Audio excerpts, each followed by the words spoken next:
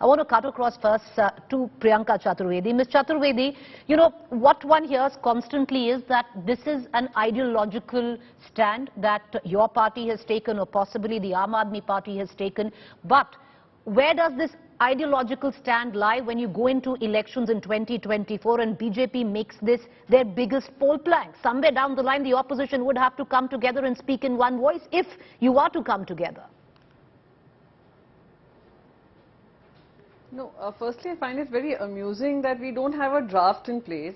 There's no discussion in the public domain. We don't know how the structure of UCC would look like. And you've already divided it on the basis of who's supporting, who's offering conditional support and who's against it, and how will the opposition unity come about. So I find that a bit amusing. So, Ms. Chaturvedi, are you waiting for the draft, or in principle does your party support the UCC? Will you, if you allow me to complete, I'll tell you my answer. But you'll have to allow me to complete. I was just reacting to the news story that you all started with. Now, secondly, coming to where we stand. In principle, we absolutely support the Uniform Civil Code simply because equality and justice is the right of every citizen, irrespective of their gender, irrespective of their caste, irrespective of their religion. Even the Supreme Court and various other courts, high courts, have gone on to say that they find that interpretation of personal laws becomes very difficult. Sometimes you misinterpret it, you misread it, there is misinformation. We need clarity on that. The reason I said draft, and I insist on the draft, is simply because whether it's the Parsi community, whether it is a Sikh community, whether it is the various tribes that we have in India, whether it is the Hindus, whether it is the Muslims, every single person has been following their set of faith, Christianity. Everyone has their own set of laws. And how you're going to build a consensus?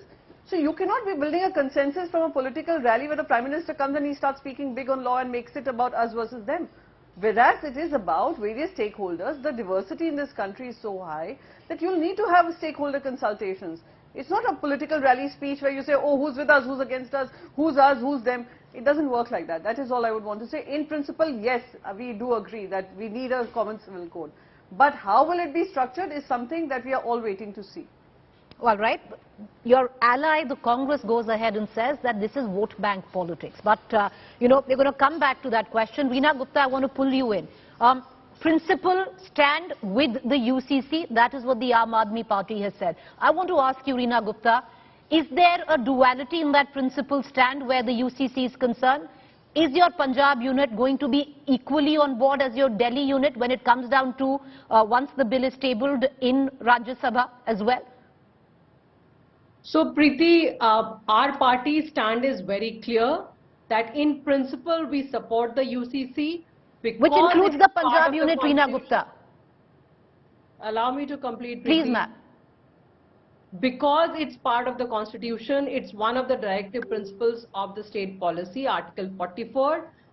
Like we respect all the other directive principles, whether they are about health and education, in the same way we are saying that Uniform Civil Code is part of the Constitution, so we support it. However, we don't agree with the Bharatiya Janata Party's process of coming about the UCC. This is not just a legal reform. UCC will be a big social reform for the country. So one will have to sit with all the religious leaders of various sects. What happens to the Sikhs? What happens to the Jains? What happens to the Parsis? What happens to the Hindu Undivided Family Act? A lot of the Hindus use HUF to get income tax rebate. What happens to them? What happens to the customary tribal laws? What happens to the areas which are under Article 371? So instead of talking about all of that, what Bharatiya Janata Party has done is using this as another electoral tactic. In a political rally, the Prime Minister throws it out there, you know, almost like a jumla ki UCC hona chahiye pure desh mein. Okay, as I bring in, right.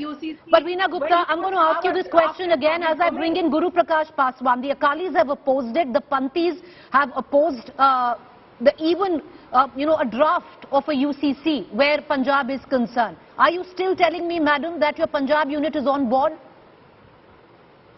Preeti, the Punjab unit is on board. We are all on board for a discussion in principle. But what will be the nuances?